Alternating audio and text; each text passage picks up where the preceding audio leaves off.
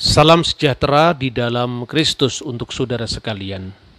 Hari ini kita akan membahas tema, benarkah Kristen adalah agama ciptaan Paulus?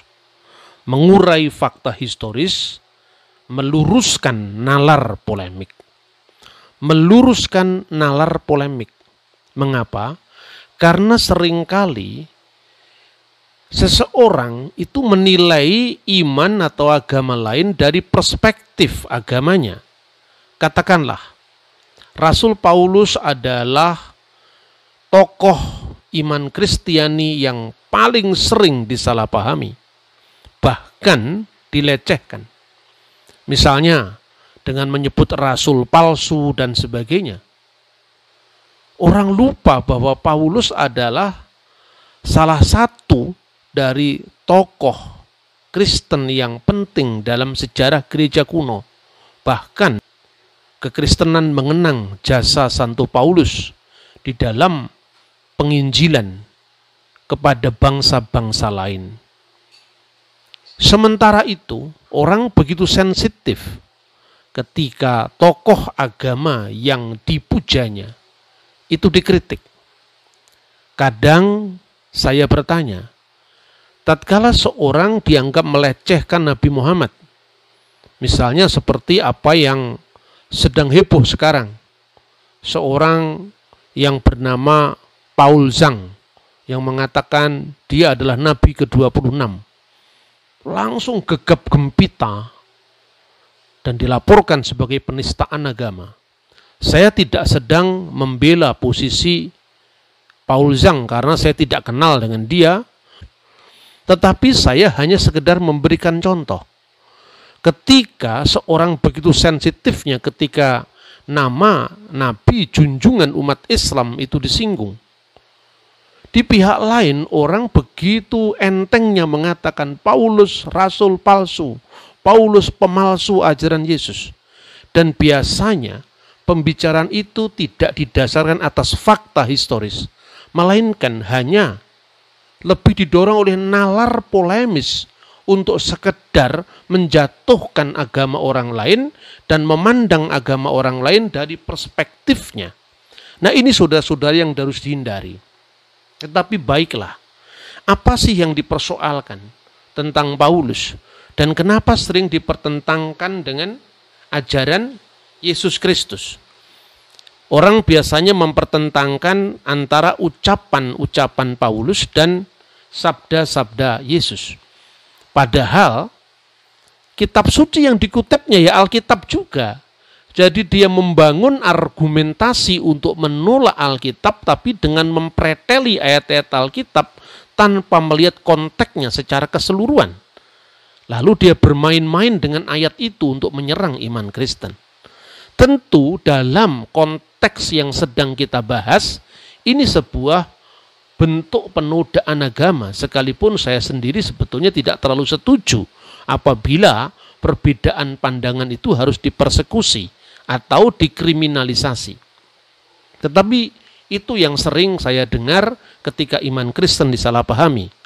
Misalnya tadi yang saya katakan mempertentangkan ajaran Yesus dengan Paulus berdasarkan teks-teks Alkitab sendiri. Kristus bersabda, Matius pasal 5 ayat 17 yang sangat terkenal itu. Janganlah kamu menyangka bahwa aku datang untuk meniadakan hukum Taurat atau kitab para nabi. Aku datang bukan untuk meniadakannya, melainkan untuk menggenapinya.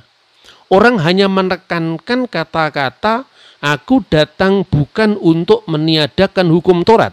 Tetapi dia lupa teks selanjutnya itu atau frasa selanjutnya itu berbunyi, melainkan untuk menggenapinya. Di dalam bahasa aslinya adalah Allah plerosai. Pleroma itu adalah penggenapan. Apa artinya penggenapan? Perjanjian lama yang tidak lain adalah tanah kitab suci Yahudi itu, yang secara penuh diterima oleh umat Kristiani dan disebutnya sebagai perjanjian lama, adalah bayangan tentang peristiwa yang akan terjadi. Isinya adalah nubuat-nubuat, simbol-simbol. Ketika nubuat-nubuat itu dan simbol-simbol itu sudah digenapi dengan kedatangan dari dia yang disimbolkan atau dia yang dinubuatkan, otomatis relevansi dari simbol itu tidak berlaku lagi. Jadi itulah yang artinya melainkan menggenapinya. Seorang mau menyambut kedatangan Presiden Jokowi dengan memasang gambar-gambarnya di jalan-jalan. Selamat datang Presiden Jokowi. Tapi ketika Presiden Jokowi sudah datang, tentu orang tidak lagi melihat gambarnya, tapi melihat hakikatnya langsung. Orangnya yang datang, sosoknya yang telah tiba, lalu disambutnya. Inilah makna daripada menggenapi. Dan kalau itu yang dipersoalkan, sesungguhnya Paulus juga mengatakan hal yang sama. Misalnya kita sebut di dalam Roma pasal 3 ayat 31. Jika demikian, adakah kami membatalkan hukum Taurat karena iman?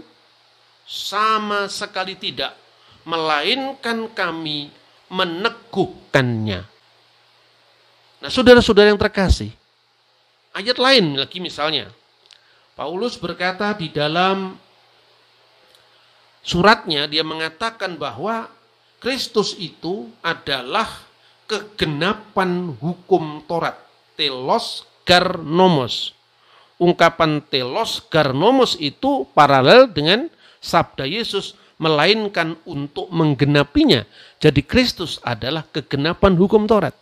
Yesus mengatakan bahwa karena aku berkata kepadamu sesungguhnya selama belum lenyap langit dan bumi ini, satu iota atau satu titik pun tidak akan dibatalkan sebelum semuanya terjadi.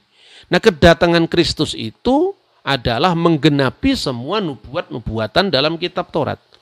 Sekarang ayat yang sering dipersoalkan, misalnya Efesus pasal 2 ayat 15. Di mana Rasul Paulus mengatakan sebab dengan matinya sebagai manusia. Ingat, matinya sebagai manusia. Jadi Tuhan tidak pernah mati, Allah tidak pernah mati. Kristus mati sebagai manusia karena firman Allah itu telah menjadi manusia. Kalimatullah sara jasadan, Yohanes pasal 1 ayat 14. Sebab dengan matinya sebagai manusia, Kristus telah membatalkan hukum Taurat dengan segala perintah dan ketentuannya. Di sini digunakan dalam teks aslinya ton nomon, ton entolon, endogmasi. Jadi yang dibatalkan itu adalah hukum Taurat dengan segala perintah dan ketentuannya. Yang dimaksudkan di sini adalah perintah dan ketentuan itu kalau di dalam hukum Yahudi namanya kasrut. Kasrut itu adalah aturan-aturan yang sangat detail di mana antara rabi yang satu dengan rabi yang lain bisa berbeda pendapat. Tetapi secara garis besar inti seluruh Taurat tidak pernah dibatalkan oleh Rasul Paulus. Nah, ungkapan-ungkapan seperti ini yang sering tidak dipahami oleh nalar polemis orang yang mempersoalkannya. Misalnya, dia mengutip satu teks di dalam Galatia, di mana Paulus tidak menyunatkan Titus. Apa alasannya? Karena di Galatia itu muncul sebuah komunitas legalis dari kalangan Kristiani yang berasal dari orang Yahudi yang memaksakan hukum sunat itu kepada bangsa-bangsa lain yang menerima Kristus. Maka sedikit lagi akan mengklamirkan seluruh adonan. Apabila itu tidak dipangkas, artinya pelaksanaan hukum secara legalistik itulah yang sebetulnya dihindari oleh Paulus. Sementara ayat yang lain di mana di dalam Kisah Rasul pasal 16, Paulus menyunatkan Timotius tidak pernah dikutip. Sampai hari ini gereja tidak pernah melarang orang sunat, tetapi gereja juga tidak mewajibkan orang sunat demi keselamatannya. Oleh karena itu, barang siapa menyunatkan dirinya, maka Kristus tidak ada gunanya untuk mereka. Seperti yang ditekankan oleh Paulus itu maknanya bukan larangan sunat, tetapi sunat dengan harapan dia akan mengejar keselamatannya karena melakukan hukum secara legalistik tadi. Nah itu saudara-saudara yang sering dimunculkan dalam konteks polemik Islam Kristen yang saya kira tidak mendidik satu sama lain.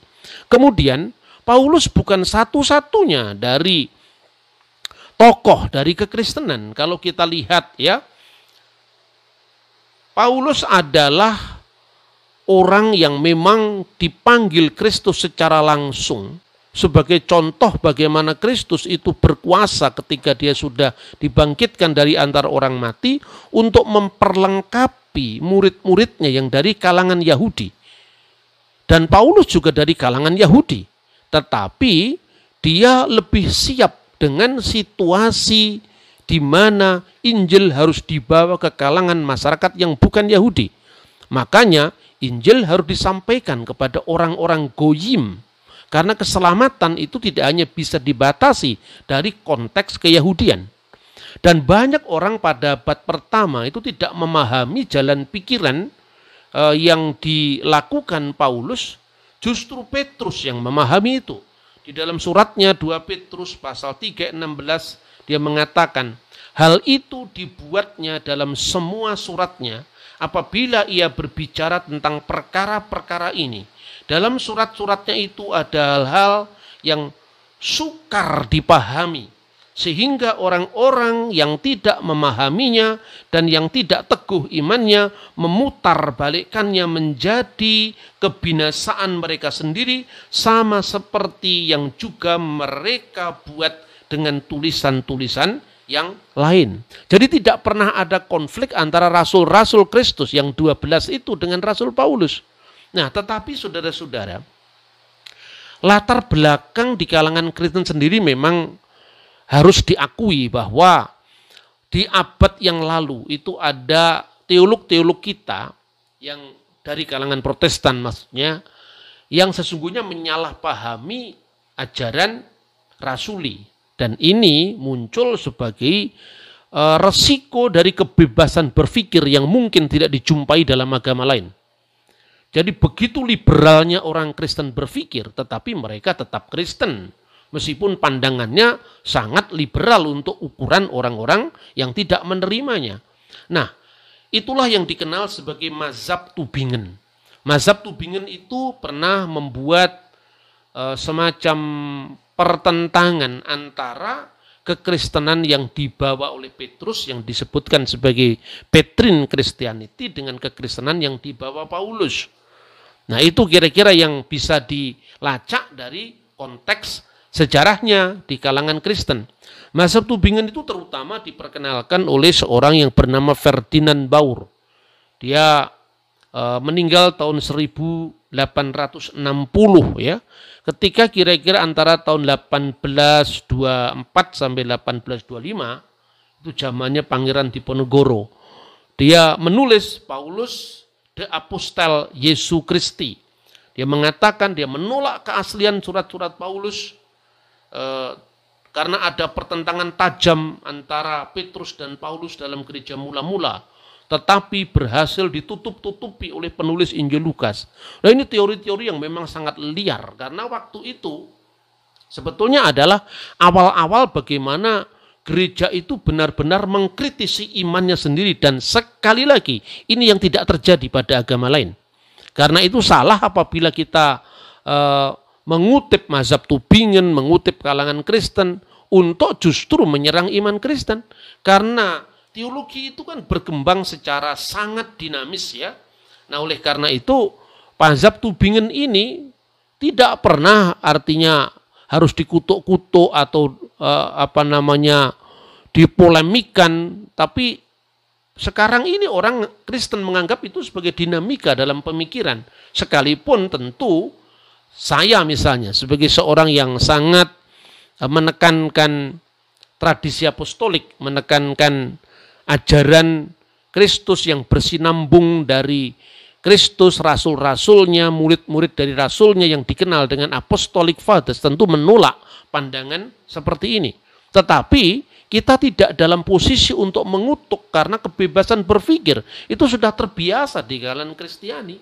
Nah, saudara-saudara, apa dibalik behind the Tübingen School itu sebetulnya? Ini yang harus disampaikan dengan terus terang ya. Waktu itu para teolog non-Katolik itu memiliki mentalitas asal beda dengan Katolik. Pada saat itu ada kecenderungan dari kalangan teolog-teolog non-Katolik itu untuk menyangkal Petrus ke Roma.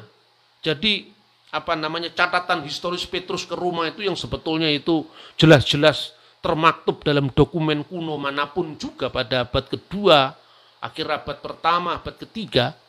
Hanya tujuannya itu untuk menyangkal sifat apostolik dari gereja Roma. Itu sebetulnya behind the two winged school, salah satunya ya, tidak sepenuhnya. Ini saya sampaikan karena untuk melacak itu. Nah, kisah kehidupan para rasul dan murid-muridnya itu dipelihara di gereja kuno. Tidak sekedar apa yang tercatat secara eksplisit dalam Alkitab, tapi juga dilestarikan dalam liturgi gereja, catatan-catatan sinaksarion. Tapi tentu ini tidak disamakan dengan tradisi atau adat istiadat nenek moyang seperti yang dituduhkan mereka-mereka yang misalnya anti Katolik atau anti gereja kuno seperti gereja Ortodok misalnya. Bukan itu. Nah, kemudian ketika mereka nganggap bahwa semuanya itu adalah made in Katolik, pada tahun 1873 itu ditemukan salah satu dokumen dari karya-karya Bapak Apostolik itu antara lain Didache. Dan Didache ini semacam adalah buku katekisasi terkuno di gereja yang ditulis ketika Rasul Yohanes masih hidup, berkarya di Efesus. Nah, kitab Didache itu ditemukan dan ini yang digolongkan sebagai Apostolic Fathers. Tidak lama kemudian juga surat-surat Ignatius dibaca lebih luas lagi, karya-karya Clement dari Roma dan banyak sekali tulisan murid-murid para rasul kemudian dikenal di kalangan orang-orang Kristen di Eropa. Lalu apa yang terjadi? Pertama-tama banyak teolog yang non-Katolik itu menuduh bahwa tidaklah mungkin bahwa di masa penganiayaan seperti itu akan muncul buku-buku yang ditulis oleh muridnya para rasul. Nah, ini sesungguhnya sebuah bentuk keterkejutan karena ternyata bahwa ajaran gereja itu bisa dilacak dari awal sampai kepada para rasul Kristus sendiri. Tetapi puji Tuhan bahwa ini tidak hanya menjadi pergulatan orang Katolik. Ada banyak orang-orang Protestan yang jujur, yang kemudian mencari kebenaran. Dan sekalipun dia tentu tidak dalam konteks berbicara sebagai orang Katolik, tetapi penemuan-penemuan ini sangat penting di dalam kajian tentang sejarah gereja.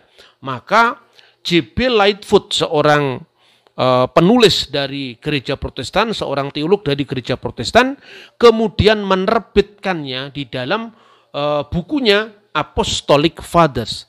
The Apostolic Fathers ini memuat baik itu tulisan dalam bahasa aslinya yaitu bahasa Yunani maupun terjemahannya dalam bahasa Inggris.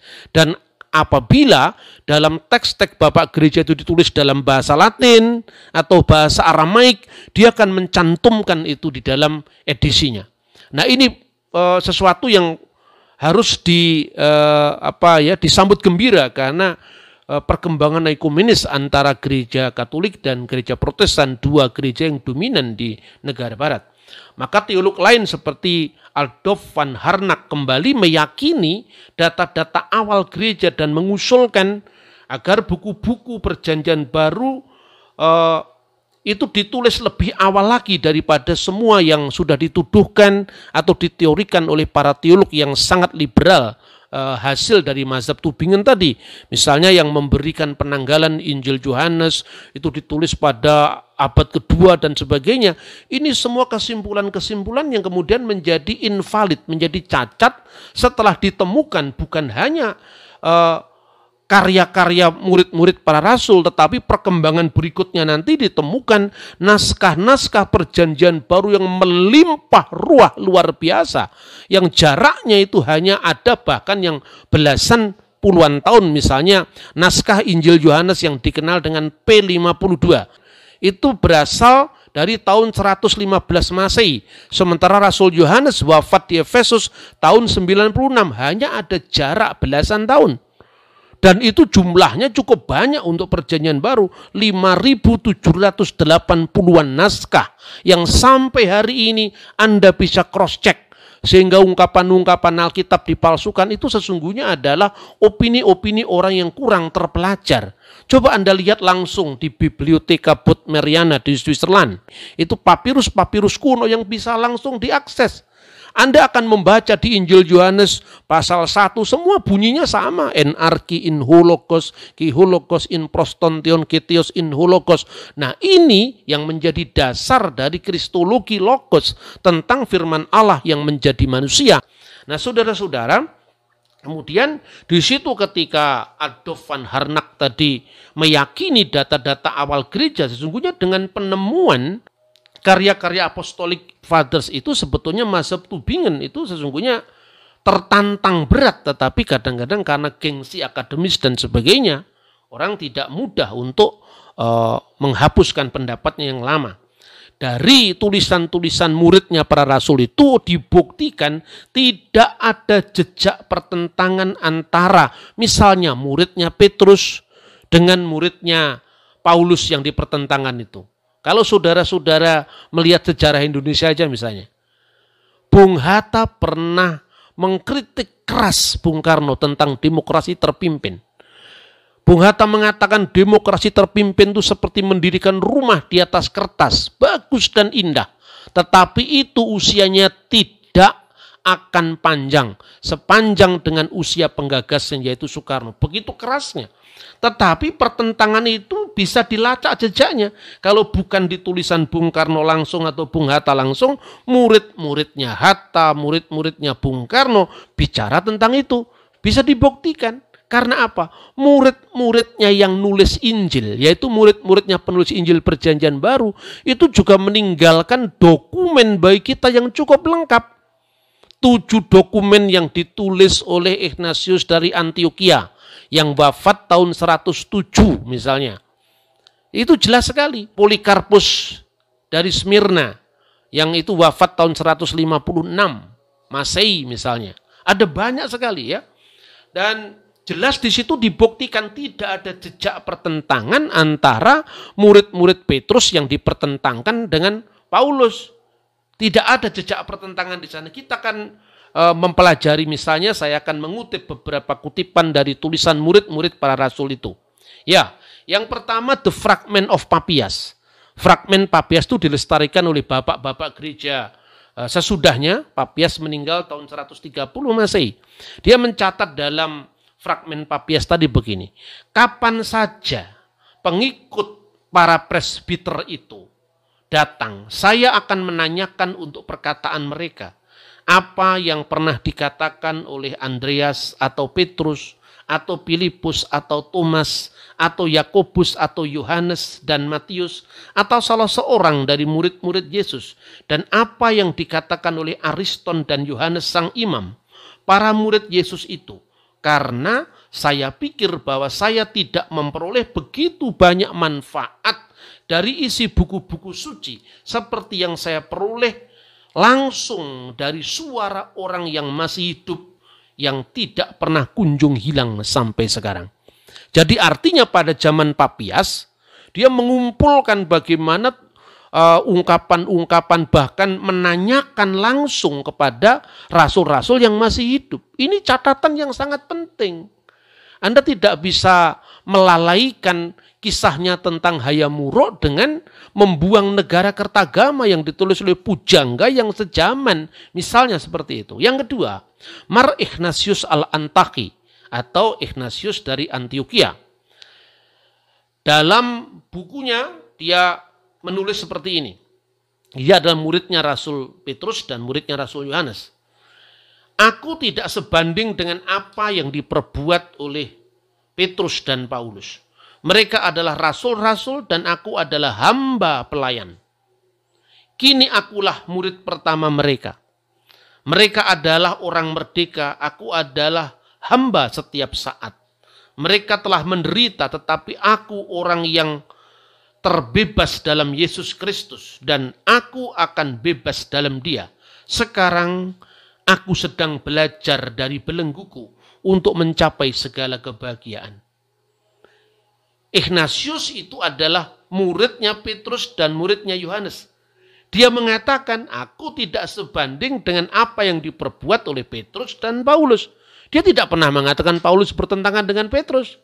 Jadi bagaimana para teolog dari zaman Pangeran Diponegoro dia bisa bikin teori Paulus bertentangan dengan Petrus? Berikut, Mark Clement atau Santo Clement dari Roma. Dalam bukunya atau dalam suratnya dia menulis, ketika waktu itu gereja Roma menghadapi masalah ya, karena dengan adanya perpecahan gereja di tempat-tempat lain, maka dia menulis surat pastoral. Isinya apa? Memberikan contoh kepada umat tentang tokoh-tokoh, yang pertama dari masa Perjanjian Lama dan kemudian dari para rasul. Dan ketika dia memberi contoh tentang masa Perjanjian Baru, dia mengatakan, menghadapi iri hati dan perselisihan, Paulus telah memberikan contoh yang telah ditunjukkan olehnya dengan membayar harga bagi ketaatannya. Setelah ia 7 kali diikat, dibuang ke pengasingan, dilempari batu, Paulus terus mengabarkan Injil ke timur dan ke barat sampai mencapai kemenangan yang mulia dan menjadi hadiah bagi imannya. Clement dari Roma itu adalah muridnya Petrus, muridnya Paulus. Tidak pernah ada jejak pertentangan antara Petrus dan Paulus di Roma. Kita juga bisa membaca dari Mar Polikarpus, murid Rasul Yohanes. Di kalangan teman-teman Protestan pun itu sangat populer membaca buku misalnya Voice of Martyr, di mana Polikarpus itu disuruh menyangkal Yesus dan dia akan diberi hidup oleh penguasa Roma saat itu, dan dia berkata, 86 tahun saya mengikuti dia dan dia tidak pernah sekalipun mengecewakan saya. Dia memilih kematian ketimbang harus menyangkal Yesus. Darah para martir ini menyuburkan pertumbuhan gereja. Dia pilih mati. Tetapi kadang-kadang teman-teman dari gereja modern ini tidak meneliti iman seperti apa yang dimiliki oleh Polikarpus, secara khusus tulisannya langsung atau laporan kemartirannya yang dilakukan oleh orang sejamannya, sehingga dia pilih jalan martir, jalan syahid ketimbang harus menyangkal gurunya. Dia mengatakan begini, namun demikian belum pernah aku lihat dan aku dengar terjadi di antara kalian, di mana Paulus yang diberkati itu pernah melayani di tengah-tengah kalian, seperti yang dinyatakannya dalam permulaan suratnya. Sebab Paulus membanggakan kalian di antara semua gereja, sebagai satu-satunya yang waktu itu mengenal Allah, ketika kami sendiri belum mengenalnya. Jadi sangat jelas bahwa tidak ada jejak pertentangan di gereja kuno antara Petrus dengan Paulus, lalu sekarang ini muncul lagi antara Yakobus dengan gereja-gereja non Yerusalem dan macam-macam teori-teori seperti itu. Tapi di kalangan Kristen itu sudah terbiasa. Yang tidak biasa adalah mencomot teori itu dan kemudian tanpa melihat latar belakangnya, lalu disusun dalam alur polemis asal beda dengan kekristenan, lalu dihantamkan kepada kekristenan.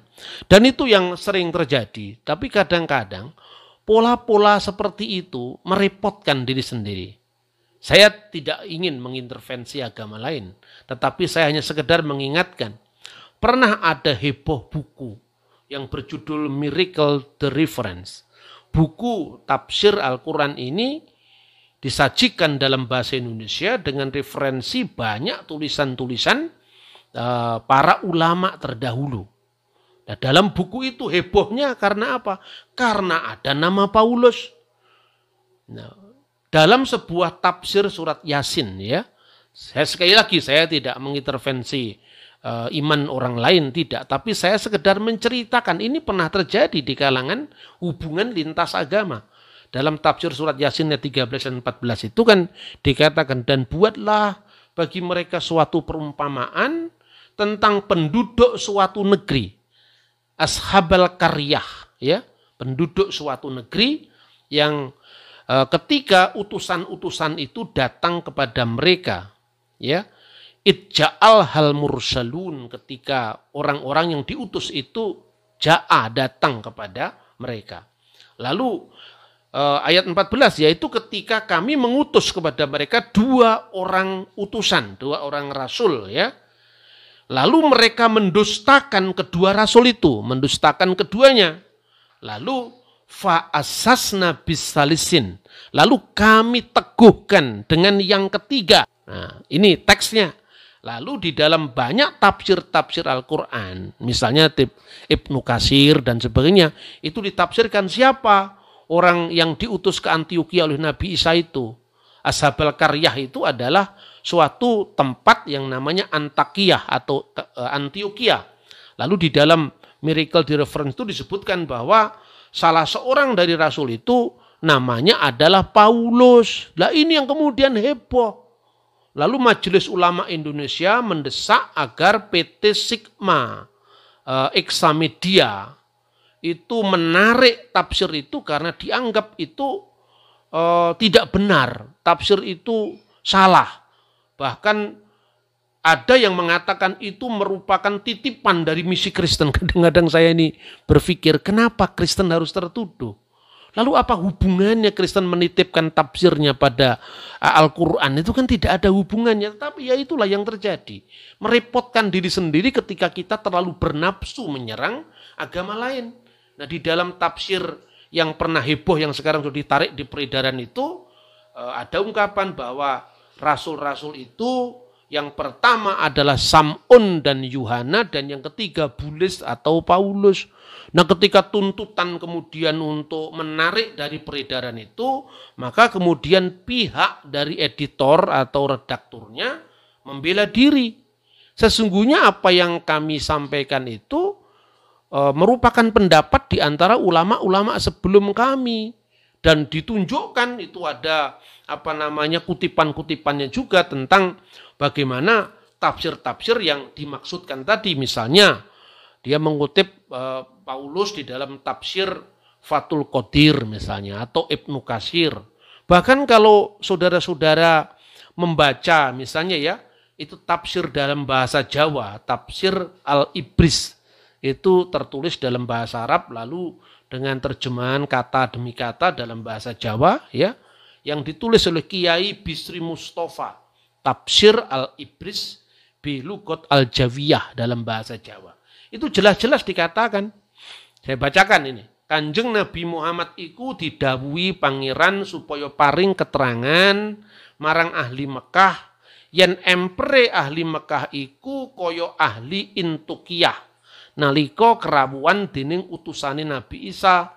Mungguh kisahe mengkene Nabi Isa iku ngutus utusan loro sing aran Yahya, kang siji maneh aran Bulis, Bulis itu Paulus, supaya tablik ing Intukiyah Yunani. Jadi Nabi Muhammad telah diberitahu oleh Tuhan supaya memberikan keterangan kepada penduduk Mekah bahwa penduduk Mekah itu seperti penduduk Antioquia ketika didatangi oleh para utusan dari Nabi Isa. Demikian kisahnya.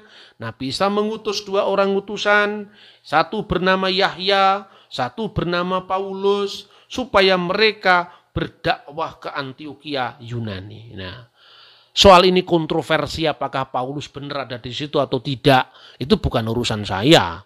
Tapi artinya bahwa literatur pesantren pun sebetulnya ada yang tidak bermasalah dengan Paulus. Pertanyaannya mulai kapan munculnya kontroversi tentang Paulus? Silahkan diteliti sendiri. Saudara-saudara bisa misalnya membaca tafsir Al-Qurtubi yang berbicara tentang adanya 2 Paulus, teori 2 Paulus, cocokkan dengan sejarahnya. Baca literatur abad pertama, kedua, ketiga. Jangan hanya karena ini sudah ada tafsirnya. Tafsir itu munculnya dari mana, kapan terbitnya, siapa penulisnya.